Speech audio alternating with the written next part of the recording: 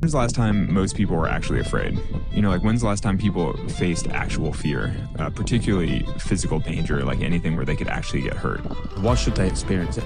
Because I think that if you don't experience real fear from time to time, you don't experience real danger, other things, then your mind just sort of creates fears out of nothing. I mean, like I see that like when I travel, like when I'm in airports, I always hear people like stressing the travel experience, like, oh, what do we do with security? What do we do here? Like, what if we miss the flight? What if we, and you're like, chill. You're like, you know, you're in a climate controlled airport. There's food everywhere. There's abundance all around you. Like, what if you show up 3 hours late? Like, who cares? You know, like, how could you get so worked up about things that do not matter?